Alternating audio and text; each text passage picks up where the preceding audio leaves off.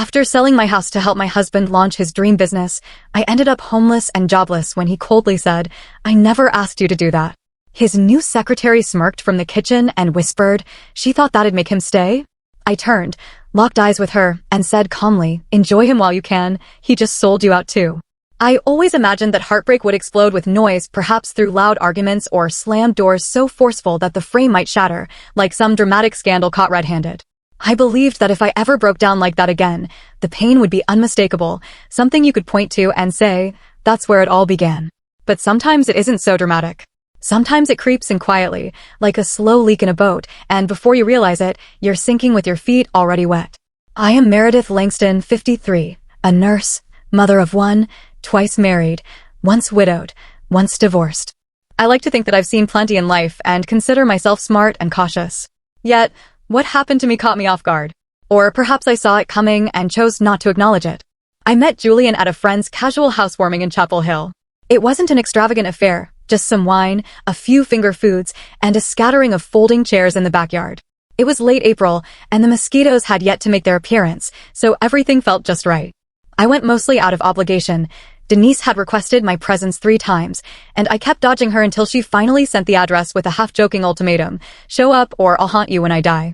So, I showed up. I never even bothered to change out of my scrubs, simply draping a cardigan over and calling it an outfit for the night. I hadn't intended to linger, but then Julian walked in and the dynamic shifted completely. He was not a flashy type. Instead, he exuded a calm, grounded energy, like someone who didn't need to shout to be noticed. Tall, neat, with a sharply pressed black button-down tucked into dark jeans and a subtly expensive watch, he had a smile that slowly curled as if contemplating whether or not to reveal itself. We talked for around 15 minutes that night about how neither of us really cared for parties, the agonizing traffic that week, and the best spot for barbecue in Durham. That was it. And yet, something about him clung to my thoughts. He reached out to me on Facebook the next day. He said it was nice to meet me and asked if I'd like to have coffee sometime. I agreed, and soon after, we had lunch and then dinner. Weekends found us together, shopping for groceries, strolling along the Eno River, and exploring unfamiliar little diners. It wasn't a whirlwind romance. Rather, it felt like gradually slipping into something warm and familiar. 6 months later, he moved in. I had bought that modest house after my divorce. 3 beds, 2 baths, a small brick porch, and hardwood floors that creaked in all the wrong places. But it was mine. No other name was on the deed. It had taken me years to purchase it and even longer to feel secure within its walls. Allowing him in felt like tearing down the last barrier I had built. At the time, Julian worked remotely as a tech consultant. He earned a decent income, though it wasn't his ultimate passion. He harbored bold ideas, ambitious dreams. He shared that he was developing an app for small businesses to manage their supply chains more sustainably. He called it EOSlice. One evening, while we were preparing spaghetti in my kitchen, he pitched the idea as if it were a piece of poetry while I stirred the sauce. I didn't grasp every detail, yet the fire in his eyes told me enough. I have always believed in those who believe in something. The setback was that he didn't have enough capital. Although he managed to save some money, it wasn't sufficient to pay for developers or to build a legitimate platform to kickstart his dream.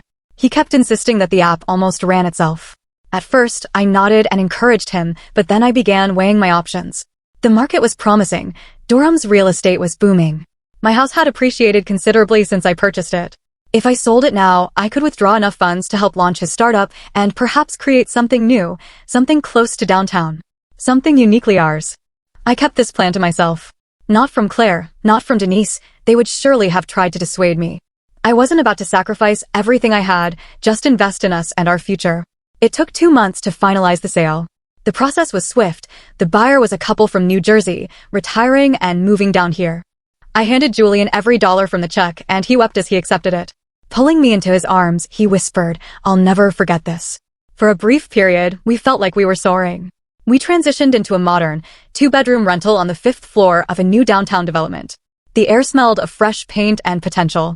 Julian set up an office in the spare bedroom and brought on a modest team, only 3 people, a developer named Cass, a graphic designer named Dylan, and a young assistant named Tessa. Tessa was quick-witted, always on her phone, constantly moving. She had a habit of standing just a bit too near Julian and laughing a little too boisterously. I didn't say anything. I reassured myself that it was merely paranoia or insecurity, the kinds of doubts women are often told to keep quiet about because voicing them makes you seem irrational. I picked up extra shifts at the hospital, sometimes working 12, sometimes 16 hours, to cover rent, groceries, gas, and the fact that the startup hadn't yet generated income.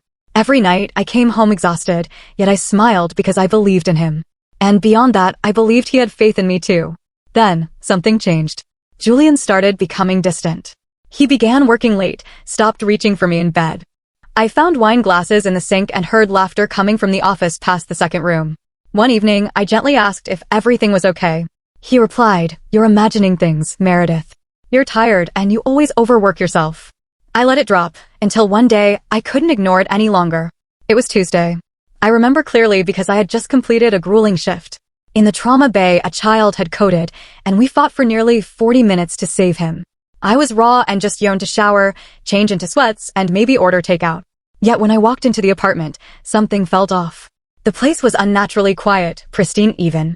Then I noticed it, my suitcase, right by the door, and Julian standing by the kitchen counter as though he was expecting dire news.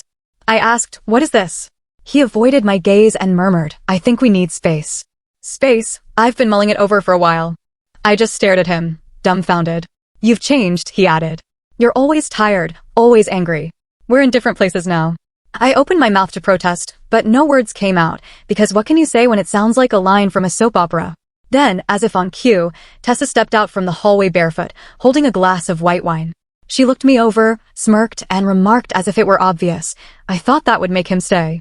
Instantly, my body reacted before my mind could catch up. I marched over to her, locked eyes, and said, "Quiet down. Enjoy him while you can. He just betrayed you too." She looked confused, almost laughed, but I didn't wait around. I left without yelling or creating more drama. I drove aimlessly for hours, not knowing exactly where to go, until I found myself parked at a Walmart lot outside Roxborough.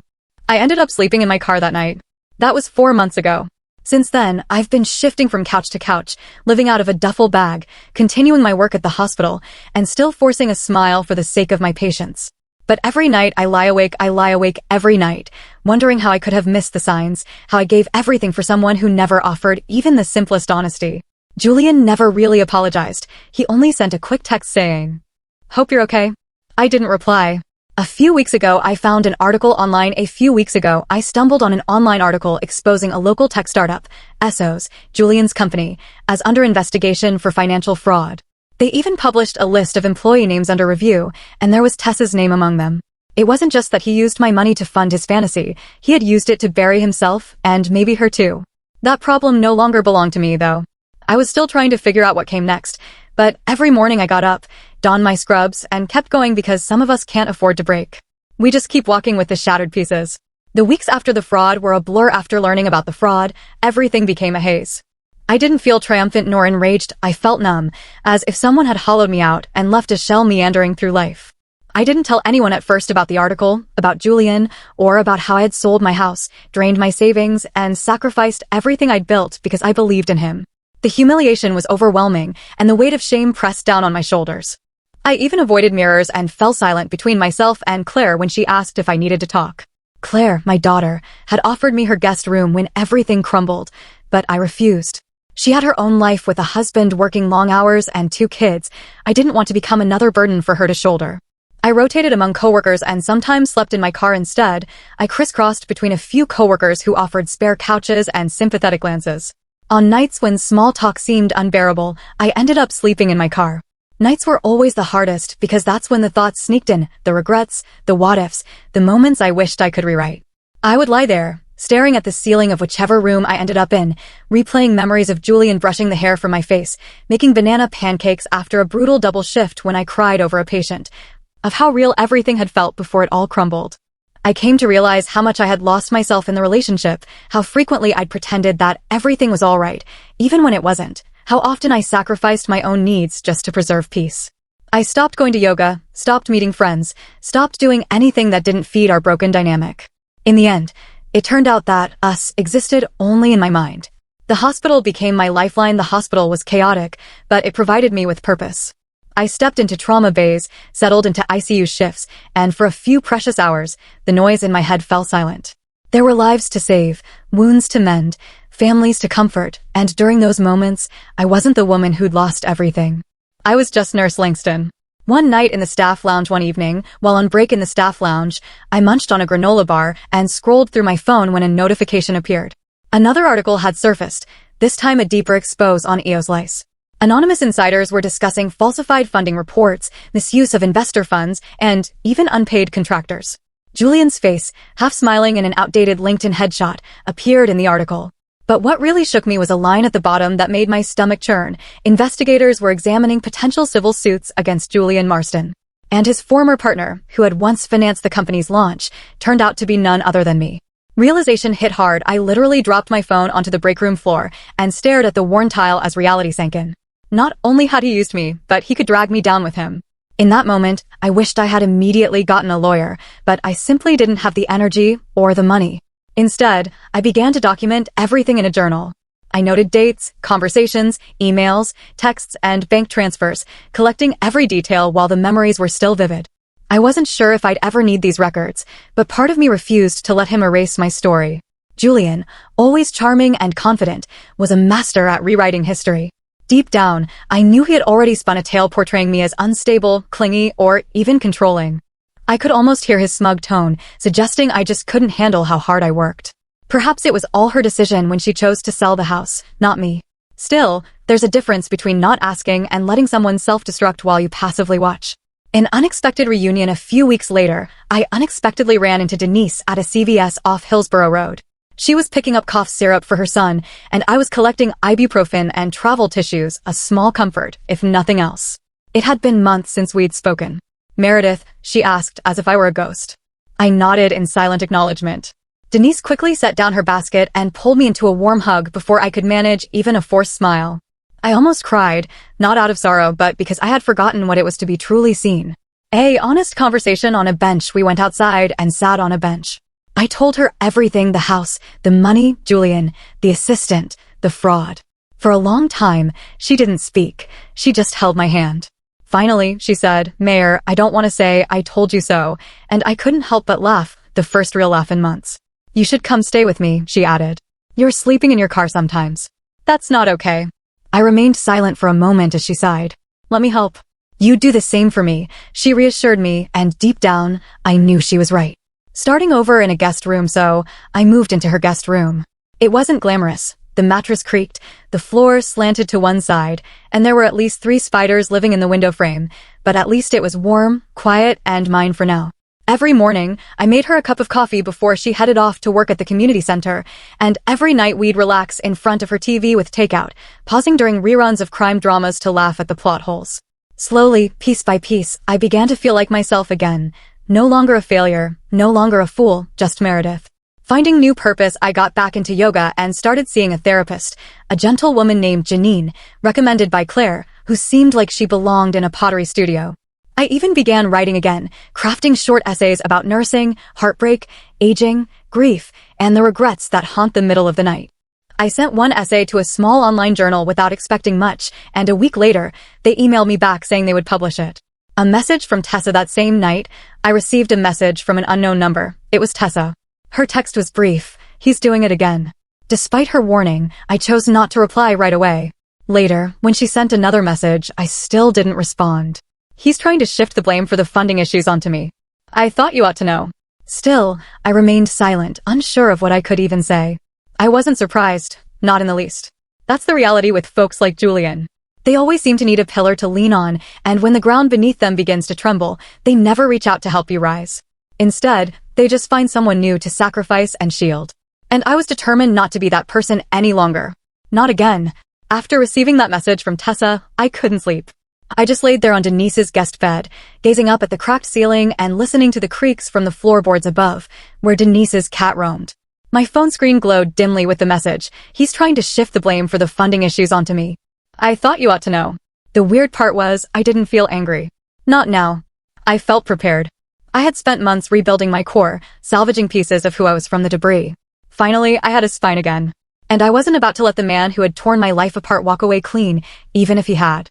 Once smirked at me. I texted back, "I believe you." Tessa replied almost immediately. "I have emails, bank statements, and more evidence he told me to delete, but I didn't. He underestimated you." We met the next evening at a diner off I-40, a public, neutral space where emotions were tamed. She looked different, drawn, her hair messed up as if sleep had eluded her too. She pushed a manila folder across the table. "I know I'm probably the last person you want to speak with," she said. "You're not wrong," I admitted. "But I'm listening." Inside that folder were revealing emails from Julian, directing her to backdate invoices, drafts of forged earnings reports, and screenshots of chats with potential investors, where he employed evasive language to mask missing funds. There was even a bank statement documenting a wire transfer from one of my old accounts, the one I closed after selling my house, which had been redirected into a shell company linked to EOS Lice. Even after I left, he had sapped me dry. Tessa stirred her coffee slowly. "He told me he was going to marry me," she revealed in a hollow voice. "He said he left you because you didn't believe in him. Claimed I was the only one who saw his vision." I said nothing. "What could you have said?" "He lied to both of us," she added. I understood. We separated with a handshake, no forgiveness, no friendship, just an implicit pact. We would bring him down together. I took everything to a no-nonsense lawyer, not one of those slick, billboard-worthy types. This guy was a pit bull in a wrinkled suit who had previously prosecuted fraud cases for the state. He examined my folder and simply said, "He's finished." The civil case took months to develop. Meanwhile, I returned to the journal that had published my first essay and pitched a larger story, a personal account of loving and losing a man who fooled the world. They accepted it, and within 3 days, it went viral. Suddenly, calls poured in from journalists, podcasters, and even a documentary crew from Atlanta. I kept my distance, refusing to become a cautionary tale turned clickbait. Eventually, I selected one reporter, a tenacious woman from the Raleigh Herald, and gave her all I had. That story hit the front page with a bold headline, "Nurse turned whistleblower, the woman who exposed North Carolina's clean energy scam." Julian's investors pulled out overnight, and state investigators reopened the case. Tessa testified, and so did I. I listened, my voice steady, although my heart pounded like a war drum. The day they served Julian with the official complaint, he was heading into a tech summit in Charlotte. Cameras were already lining the event. Instead, they captured the moment he read the charges: wire fraud, securities fraud, embezzlement, and civil suits from 6 different investors, plus mine. I was awarded a settlement in the civil case, enough to buy a new place. Not lavish, but truly mine, clean walls, no ghosts, and a small garden where I could plant seeds and watch them grow. Julian never ended up in prison, not yet. White-collar crime moved slowly, but his reputation was ruined. He tried to transition into consulting, but no one trusted him anymore. I later heard he had moved to Tampa, trying to keep a low profile. It couldn't happen to a more deserving man. Tessa left the startup scene completely. Last I heard, she was bartending in Asheville and attending night classes in accounting. Perhaps she's building a new life as well, good for her. As for me, I never returned to who I was before Julian. No, I became someone entirely different, not harder or crueler, just sharper and wiser. I started a side business offering financial literacy workshops for women facing major life changes, divorce, career shifts, or widowhood. We met in libraries and coffee shops, discussing budgets and boundaries, power, and the importance of not handing over the reins of your life without knowing who's steering. One night in Durham, after a session, a woman in her 50s approached me, eyes brimming with tears. "You told my story," she said. "I just didn't know how to tell it myself." I smiled and reassured her, "You will. You're not finished yet." In the weeks that followed Julian's public unmasking, the fallout was palpable.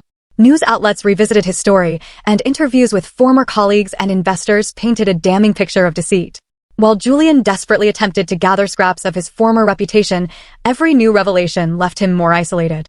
The legal proceedings, once a whirlwind of accusations and counterclaims, gradually settled into definitive verdicts that closed the chapter on his fraudulent empire. Tessa and I continued our collaboration, our shared determination binding us closer as we navigated the treacherous aftermath. We took a brief pause together one cool autumn evening in a quiet park, reflecting on how far we had both come.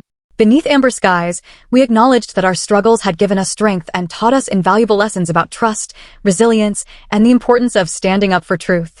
In that moment, our past pains transformed into the momentum that propelled us toward brighter futures. Meanwhile, the documentary crew from Atlanta released their full-length feature. The film's narrative resonated widely, turning our once private battle into a powerful movement for accountability and reform in corporate governance. As the documentary spread, it inspired numerous community initiatives focused on financial literacy and consumer protection. I received heartfelt thank you messages from individuals who felt empowered to reclaim control of their finances and lives. It was proof that our efforts were not just about personal vindication, they were sparking a ripple effect that was making a real difference. For me, the settlement I received was less about financial relief and more about the opportunity to finally rebuild.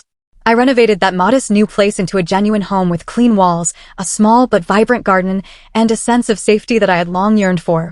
I continued hosting my financial literacy workshops, ensuring that every session was infused with the lessons of my own journey.